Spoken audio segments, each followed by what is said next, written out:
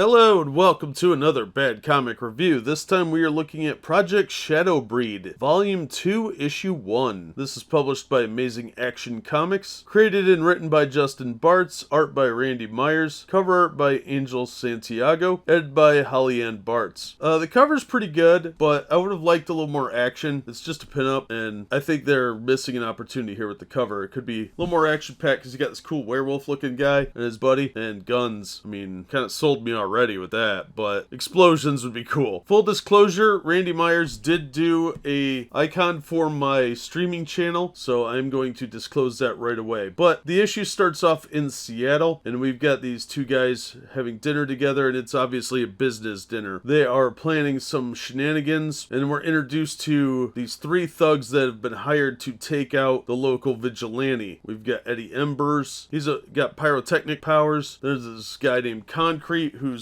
basically just a bulletproof type character. Then we got Courtyard, who's this clown-based character that uses croquet mallets, which I respect. The use of croquet, good call. And they're being paid to take out these problem vigilantes that are interfering with all the corruption and shenanigans going on in the city. And they're getting paid quite handsomely. Of course, they all double-cross each other, but two of them have to have a team up, and they go after our heroes. Unfortunately, some civilians get in the way, and then the cops get in the way. There's a really cool scene where the clown guy Courtyard is lobbing explosives at them using his croquet mallet, which I thought was a really nice touch. And then basically the issue devolves into a fight, and our heroes do not fare all that well, but it's a really good issue for introducing who the characters are. I didn't read Volume 1, and I don't think I needed to. There's a good explanation sheet at the beginning. We learn more about the vigilantes and his activities through the words of the villains. And I think that was very, very effective, especially because the villains are powered as well, but the good guys have to try and save the civilians despite explosions and crazy clown guy with the croquet mallet and the guy that's effectively bulletproof. The story does leave off on a cliffhanger ending where we see some of the bad guys having a team up. We have reference to another vigilante hero type, but it looks like things are really not that easy for the heroes. These are not rich guys. They're obviously not doing well, but with one of them looking very almost freakish, it would be difficult to hide yourselves. So I thought the story was really good, very good pacing. The art's fantastic. I only had one panel that I was having a problem with, and that was a distant overhead shot. Otherwise, there's some really good action panels. The scene where Courtyard is fighting Marrok is really good, and there's a great one-page panel where Courtyard's about to finish him. But yeah, like I said, there was only one panel that really kind of bothered me, and it was a distant shot. The others are great. The effect with rain is really well done. The flames look really good. The background detailing is phenomenal. The page where Marrok is rescuing the police officers is really, really well done. There's some great detailing there. So overall, the art is very solid. It's not going to be a style for everybody, but I think it is more true to the simplistic graphic stylings that we used to see more of in the 80s and 90s. And obviously, I think he's got talent, but the writing is just as good as the art. I was really surprised by this book. I didn't think it would be as fun as it is. So I'm definitely going to recommend this. I thought it was a great time, and it was really interesting concept. So I would say check it out. It is black and white, which will bother some people, but I don't have a problem with that. Most indie books have always been black and white, but the issue just gets better as it goes, and it made me wish that it was a longer story than it was. And it's longer than a Marvel book, that's for sure, and a lot more interesting and exciting than the average Marvel or DC book. So if you get a chance to check this out, absolutely do so. You can support an indie creator and get a much more entertaining book than anything the big two are putting out. But that's going to do it for this one. Thank you so much for listening and supporting the channel. If you enjoyed the video, please hit the like button, and don't forget to subscribe so you don't miss future reviews. If you'd like to help the channel out in other ways, links are in the description to various support methods, and as always, we hope to see you on the next one.